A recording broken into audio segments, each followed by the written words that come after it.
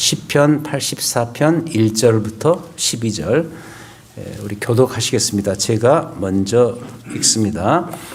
만군의 여호와여, 주의 장막이 어찌 그리 사랑스러운지요.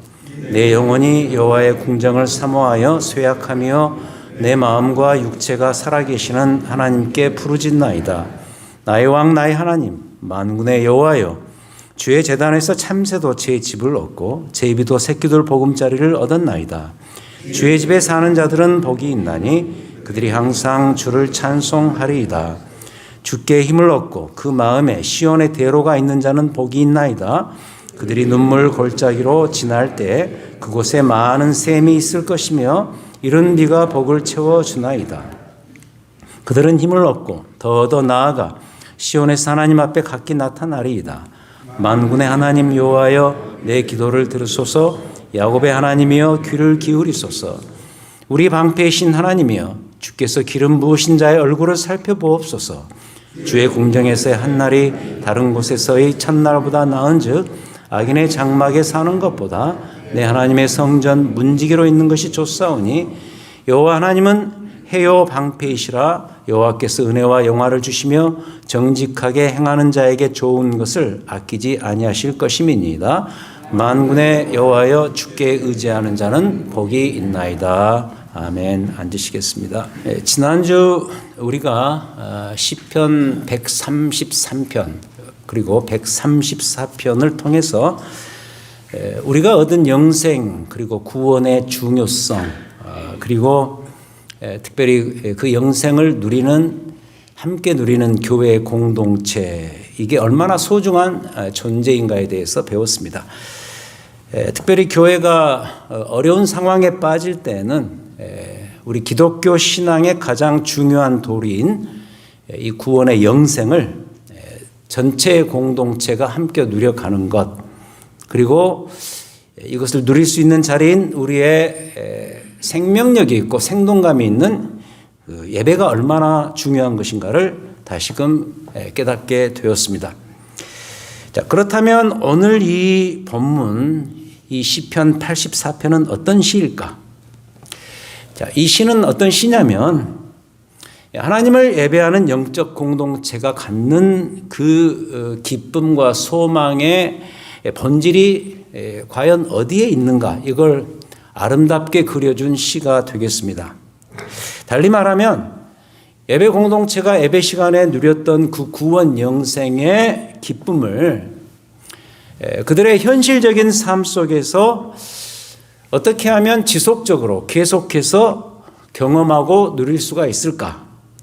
이걸 보여주는 시가 바로 오늘의 이 시편 84편인 것입니다. 그래서 특별히 이 시는 우리에게 하나님과의 교제를 사모하는 마음으로 하나님의 전을 찾아 나서는 순례자들, 특히 그 순례자들의 노래가 이 시편들에 있죠. 순례자들의 노래로 잘 알려져 있는 시. 어쩌면 우리의 인생 자체가 순례의 길입니다. 그러한 순례자 입장에서 이 시를 통해서 참된 신앙생활의 길이 어떤 것인가, 이걸 더 풍성히 배울 수 있는 그러한 시, 시편 84편. 그래서 이 아침에는 그 신앙생활의 길을 축복이라는 단어로 바꾸어서 설명을 해드리도록 하죠. 자, 그렇다면 이 신앙의 순례자들에게 어떤 축복이 있을까? 그 축복에 대한 설명을 해드리도록 하겠습니다. 자, 먼저 첫 번째로 주 안에 거하는 자의 축복입니다. 이 거하다라는 동사에 이 집중을 했으면 합니다. 오늘 본문 1절부터 4절이 그것을 말해주고 있습니다. 1절부터 4절, 이 부분은 주로 하나님의 전에 거하는 자가 누리는 축복이 무엇인가를 노래해 주죠. 예를 들어서 1절에 만군의 여호와여, 주의 장막이 어찌 그리 사랑스러운지요. 여기에 이 장막이라는 표현, 주께서 임재하시는 그 장소, 바로 구약적인 의미에서 성전을 의미하는 표현입니다. 그래서 이것이 곧 이 시를 쓴 시인이, 더 나아가서 이 시인이 포함된 믿음의 공동체요 순례자들이 이 장소를 사랑하는 이유입니다. 주의 장막이기 때문에, 그 성전에 하나님이 계시기 때문에, 그래서 이 성전을 사모한다. 그 사모함이 얼마나 대단했는지 시인 자신의 영혼과 육체가 쇠약해질 정도입니다. 2절에 보니까 내 영혼이 여호와의 궁정을 사모하여 쇠약하며 내 마음과 육체가 살아계시는 하나님께 부르짖나이다. 영혼과 육체가 쇠약해질 정도로 그 전을 사모하는 이 시인의 열정. 그러한 점에서 이 시인에게 진정한 삶의 보금자리, 단지 그 성전 한 장소를 사랑하는, 사모하는 그 마음뿐만이 아니라 그 전을 찾아 나서면서 그의 전체적인 삶의 진정한 보금자리는 어디인가? 바로 성전이다. 3절.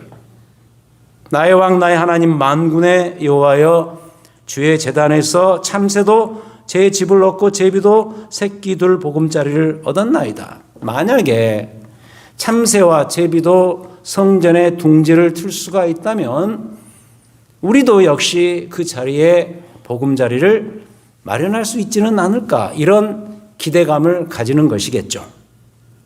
그래서도 시인은 여기에서 자기 자신을 포함한 믿음의 백성들, 신앙의 삶의 순례자들, 그 백성들이 주의 전에서 살다 또는 거하다, 이 표현을 더 집중적으로 사용하고 있는 것이죠. 4절이 그것을 말해줍니다. 주의 집에 사는 자들은 복이 있나니 그들이 항상 주를 찬송하리이다.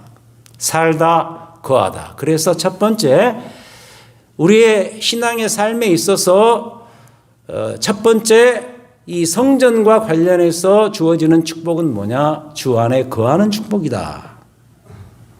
과거에는 이런 구절들을 잘못 이해해서 이래서 나는 매일 교회를 가야 된다 이랬습니다. 저희 어머님 세대 때만 해도 그랬습니다. 이 구절들 때문에, 이런 구절들 때문에 저희 어머니 같은 경우는 매일 밤 교회 가서 철야 기도를 하셨습니다.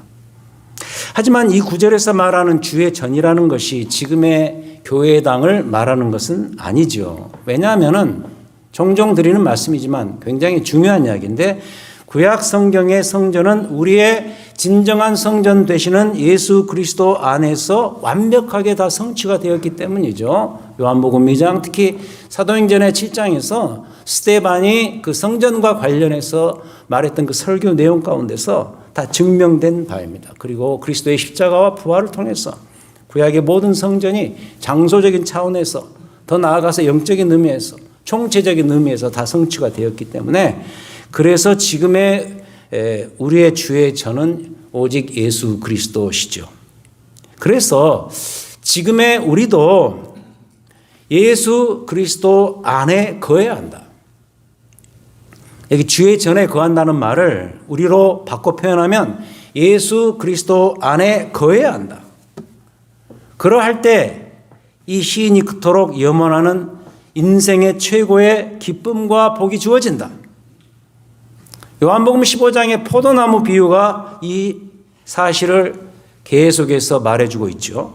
그리스도께 붙여져 있을 때, 그리스도 안에 거할 때 우리의 인생은 그 본질을 찾아갈 수 있으며 그 안에서 누려지는 진정한 삶의 보람과 행복을 누릴 수가 있다. 이것을 말해주죠. 그래서 그리스도 그분이 우리에게 주시는 양분을 잘 먹게 될 때 우리는 건강하게 잘 자랄 수가 있다는 거죠. 그래서 우리 모두가 다들 주 안에서 잘 거하도록 해야 됩니다. 그래야 제대로 인생을 살 수가 있습니다. 4절이죠. 주의 집에 사는 자들은 복이 있나니 그들이 항상 주를 찬송하리이다. 첫 번째, 주 안에 거하는 축복입니다. 그 다음 두 번째 것으로 주께 나아가는 축복입니다. 그 다음 5절부터 9절이 이것을 말해주죠. 이 부분은 앞에 방금 말씀드린 1절부터 4절보다 훨씬 더 다이나믹합니다. 역동적이고, 그리고 혼자 하는 것이 아니라 집단적입니다. 순례자가 혼자가 아니라 순례자들 함께 가는 것이겠죠. 그래서 공동체적인 그런 내용이 강한 부분입니다. 이 5절부터 9절이. 그래서 여기를 보면은 그들이 그토록 사모하는 하나님의 전을 향해서 이제 이게 중요합니다. 함께 나아가기 때문이다. 함께 나아가는 그 장면. 그래서 이 5절이 얼마나 멋진 표현인지 5절을 보십시오. 주께 힘을 얻고 그 마음에 시온의 대로가 있는 자는 복이 있나이다. 시온의 대로가 있는 자는 복이 있나이다. 여기 잘 보세요. 한 개인이 아닌 거지요. 하나님의 성전을 찾아 나서는 예배 공동체 멤버들이 이제는 성전을 향해서 다들 함께 움직이고 있는 거죠. 그래서 다이나믹한 역동적인 장면인 것이죠. 그래서 그 순례자들의 마음 한복판에 시온의 대로가 쫙 펼쳐져 있는 것이죠. 저는 이 표현이 마음에 드는 이유가 우리 마음의 중요성 때문입니다. 우리의 삶에서 마음이 얼마나 중요합니까? 그 마음의 중심에다 무슨 생각을 품고 사느냐, 그게 나의 하루와 내 삶의 질을 결정해 줍니다. 그런데 그 마음 한가운데로 시온을 향한 대로가 크게 뻗어 있다. 볼 것도 말 것도 없지 않습니까? 그냥 대로가, 큰 대로가 확 나 있는 거죠. 정말로 시원하게 나 있는 거죠. 그래서 우리는 그냥 그 큰 길로만 따라가면 될 뿐입니다. 요즘 제 책상 책꽂이 앞에 2권의 책이 꽂혀 있습니다. 한 권은 지금 읽고 있는 책이라는 의미겠죠. 한 권은 여러분 잘 아시는 유진 피터슨 목사님의 비유로 말하라 라는 책이고, 다른 한 권은 성 어거스틴의 고백록입니다. 앞에 책, 유진 피터슨의 책은 자주 읽는 형태의 책이에요. 그러나 뒤 책, 이 고백록은 오래된 고전이어서 솔직히 제가 평소에는 잘 읽지 않는 스타일의 책입니다. 하지만 요즘 저의 영적 분위기 쇄신을 위해서 평소에는 잘 안 대하던 이 고백록을 끄집어내어서 읽고 있는데 참 좋습니다. 그 책의 제목에서도 볼 수 있다시피 구절들마다 어거스틴의 영혼 깊숙이 담겨져 있는 솔직한 마음을 이해할 수 있어서 너무 좋습니다. 예를 들면 이런 구절들입니다. 한번 들어보십시오. 하나님, 당신은 당신을 향해서 살도록 우리를 창조하셨으므로 우리의 마음이 당신 안에서 안식할 때까지는 편안하지 않습니다. 유명한 문구죠. 많은 분들이 인용하는 유명한 문구입니다. 하나님, 당신은 당신을 향해서 살도록 우리를 이미 창조하셨으므로 우리의 마음이 당신 안에서 안식할 때까지는 우리는 결코 편안하지 않습니다. 이런 표현. 그 다음 두 번째 표현. 내 영혼의 집은 당신이 들어오시기에 너무 비좁으니 넓혀 주소서. 이미 폐허가 된 집이니 수리해 주소서. 여러분 어떻습니까? 얼마나 진솔한지, 그리고 하나님을 향한 갈망이 얼마나 크고 대단한지. 그래서 요새 이 책을 읽으면서 바로 이거구나, 이런 게 있어야 신앙이 제대로 서는 것이구나, 이런 것을 느끼곤 하죠. 여러분, 이런 것이 바로 우리 각자의 마음에 뻗어 있어야 되는 시온의 대로죠. 하나님을 향한 갈망, 혼자가 아니라 가족끼리 함께 하나님을 향한 그 갈망의 대로가 뻗어 있는 것이죠. 이런 시온의 대로가 있어야 된다. 이게 있어야 내 신앙이 회복이 된다는 거죠. 그러나 아무리 이래도 이 순례자들의 영적 여정이 결코 만만치만은 않습니다. 예를 들어서 6절을 보세요. 그들이 눈물 골짜기로 지날 때 그곳에 많은 샘이 있을 것이며 이른 비가 복을 채워주나이다. 그들은 눈물 골짜기를 통과하기도 합니다. 그때 하나님은 그들에게 샘과 이른 비를 만나게 해주셔서 그들의 지쳐버린 심신을 다시 일으켜 세워주실 것입니다. 그로 인해서 힘을 얻어서 하나님 앞으로 다시 나아갈 것이다. 주께 나아가는 축복. 비록 힘들고 어려운 일들이 발생해서 그 과정 속에서 어려움을 겪지만 그때마다 하나님이 예비하신 그런 은총의 비를 내려주셔서 우리의 그 마음 가운데 회복이 일어나면서 혼자가 아니라 함께 나아가는, 회복되어서 나아가는 그 축복. 7절이 그 이야기를 해주죠. 그들은 힘을 얻고 더 얻어서 나아가 시온에서 하나님 앞에 각기 나타나리이다. 여러분 어때요? 이런 것이 바로 두 번째, 주께 나아가는 자의 축복이다 하는 것이죠. 그래서 첫 번째 거하는 것은 좀 정적이지만 두 번째 나아간다는 것은 여러분들이 움직이는 어떤 그 동적인 그런 모습을 여러분들이 연상을 하셔야 됩니다. 자, 그럼 마지막 세 번째로 주를 신뢰하는 자의 축복입니다. 훨씬 더 인격적이고 더 중심적이고 내 전체 삶과 관련되는 그런 표현이죠. 주를 신뢰하는 자의 축복. 마지막 10절부터 12절이 그 이야기죠. 시인은 여기에서 성전의 주인 되시는 하나님을 신뢰하는 자가 누릴 수 있는 축복을 노래합니다. 10절부터 12절 제가 읽습니다. 주의 궁정에서의 한날이 다른 곳에서의 첫날보다 나은즉 악인의 장막에서 사는 것보다 내 하나님의 성전 문지기로 있는 것이 좋사오니 여호와 하나님은 해요 방패이시라. 여호와께서 은혜와 영화를 주시며 정직하게 행하는 자에게 좋은 것을 아끼지 아니하실 것임이니이다. 만군의 여호와여 주께 의지하는 자는 복이 있나이다. 특히 22절 주께 의지하는 자는 복이 있나이다. 의지하는 자, 신뢰하는 자의 축복. 특히 10절에서 이 구절을 우리가 무시할 수 없는데 주의 궁정에서의 한날이 다른 곳에서의 첫날보다 나은즉 그래서 악인의 장막에 사는 것보다 내 하나님 심지어 성전에 문지기로 있는 것이 훨씬 더 좋다. 이 표현 놀라운 표현이죠. 시인이 하나님의 전을 찾아가서 거기에 계속해서 거하고 누리고자 하는 그 마음이 얼마나 특심한 것인가를 보여줄 수 있는 그런 표현이죠. 매우 시적이지만 너무 아름다운 표현이죠. 그러니까 시인 그에게는 단 하루라도 하나님과 함께하는 것이 다른 곳에서 다른 이들과 또는 다른 것들과 함께 여러 날을 멋지게 지내는 것보다 훨씬 낫다. 우리 영어로 way better 이런 표현을 하잖아요. 훨씬 낫다. 훨씬 더 큰 축복이다.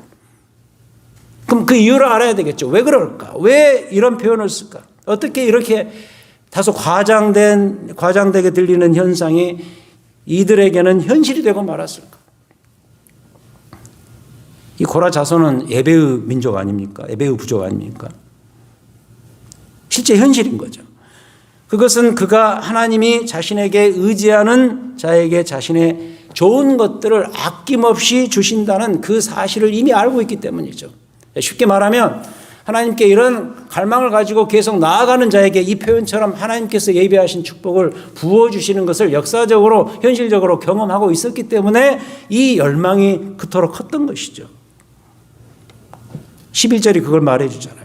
하나님께서 은혜와 영화를 주시고 좋은 것을 아낌없이 베푸시는 그런 분이신 것을 알기 때문에. 저 어릴 때 엠블렘이 유행했던 적이 있습니다. 그 엠블렘 그 이렇게 삼각형으로 이렇게 깃발처럼 하나의 사인이죠.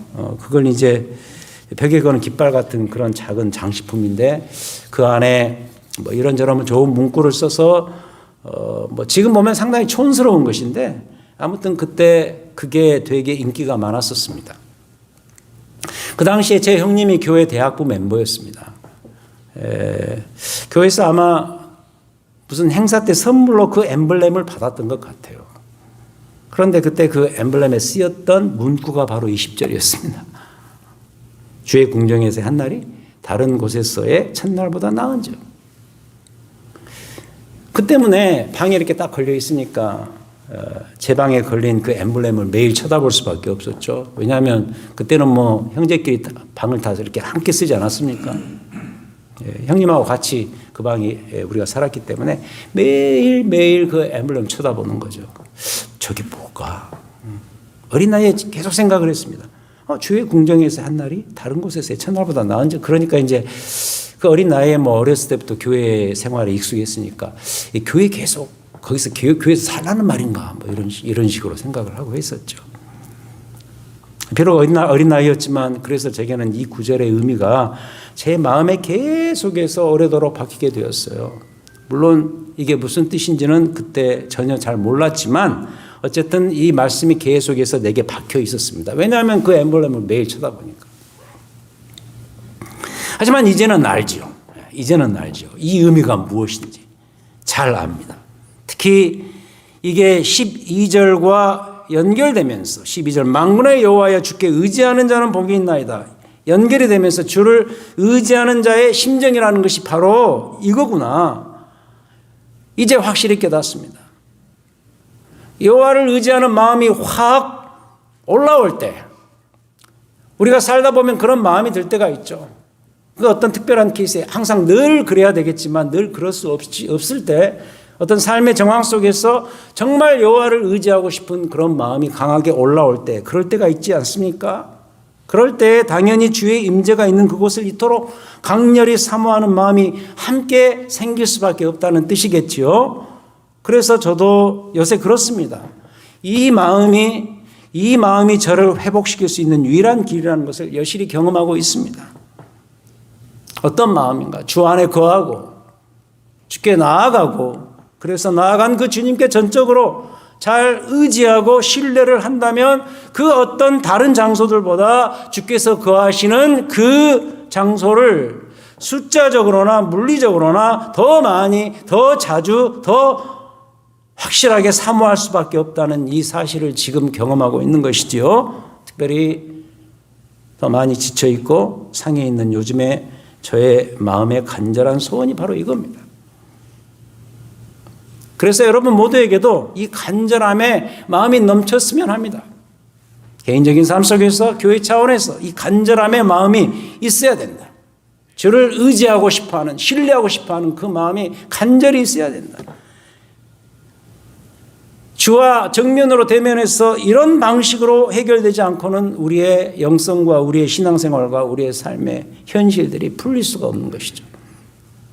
그래서 이제 정리해 봅니다. 이 세 가지를 배웠어요.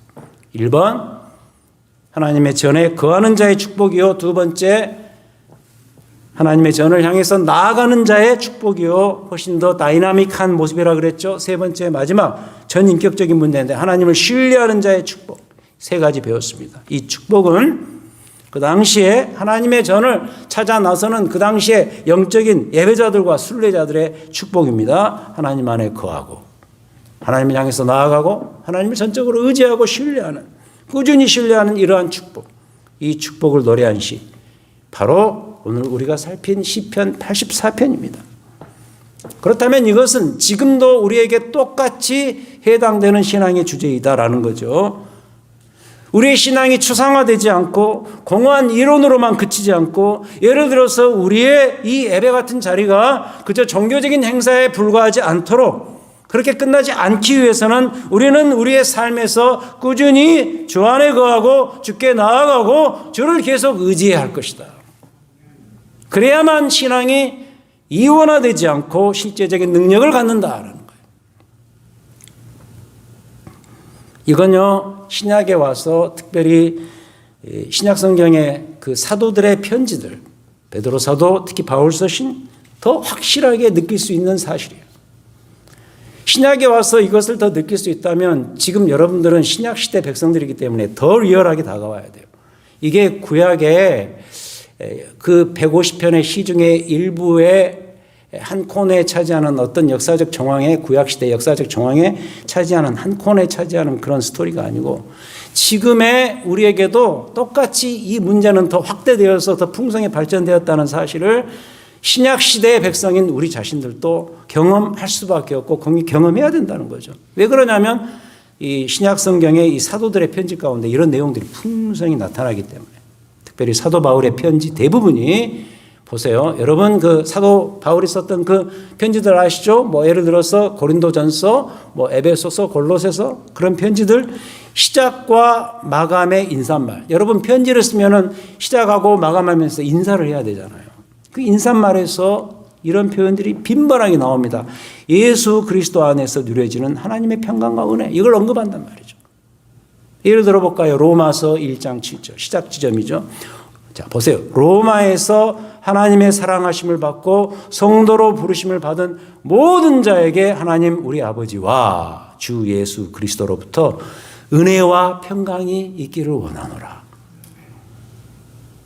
그 다음 고린도전서도 똑같아요. 고린도전서 1장 3절에서 하나님 우리 아버지와 주 예수 그리스도로부터 은혜와 평강이 있기를 원하노라. 빌립보서 1장 2절 빌립보 교회를 향한 편지겠죠. 하나님 우리 아버지와 주 예수 그리스도로부터 은혜와 평강이 있기를 원하노라. 여기 보면요, 한 가지 특기할 만한 사실이 있어요. 그게 뭔가 신약에 와서는 하나님 아버지 다음에 반드시 아들 그리스도가 계속해서 함께 다니신다는 사실이에요. 방금 읽어드렸잖아요. 하나님 우리 아버지와 그 다음 꼭 나오는 게 주 예수 그리스도로부터 은혜와 평강이 있기를 원하노라.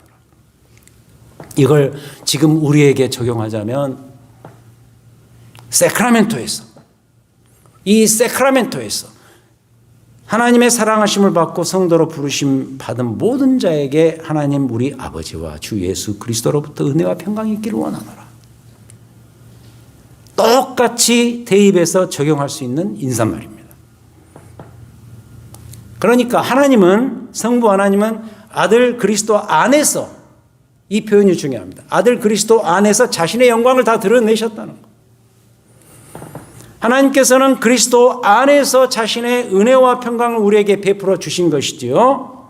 그래서 신약 성경의 주제는 뭐냐? 특별히 서신서들의 주제는 뭐냐? 한마디로 그리스도 안에서요. 그러므로 오늘 이 시편 84편의 이 세 가지는 주 안에 거하는 자의 축복, 주께 나아가는 자의 축복, 그리고 주를 의지하는 자의 축복, 이 세 가지는 이제도 우리에게 똑같이 그리스도 안에서 다 적용될 수 있는 사안들이다. 그래서 이렇게 바꿀 수 있어요.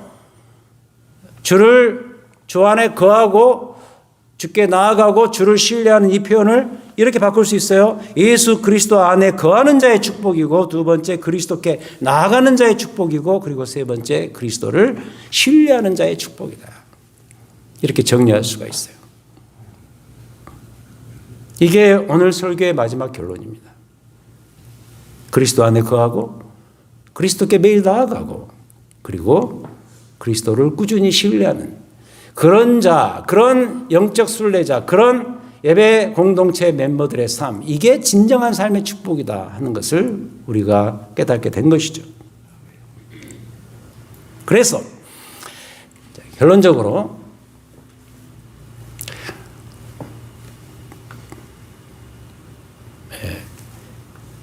아까 들었어야 되는데 넘어가 버렸네요. 죄송합니다.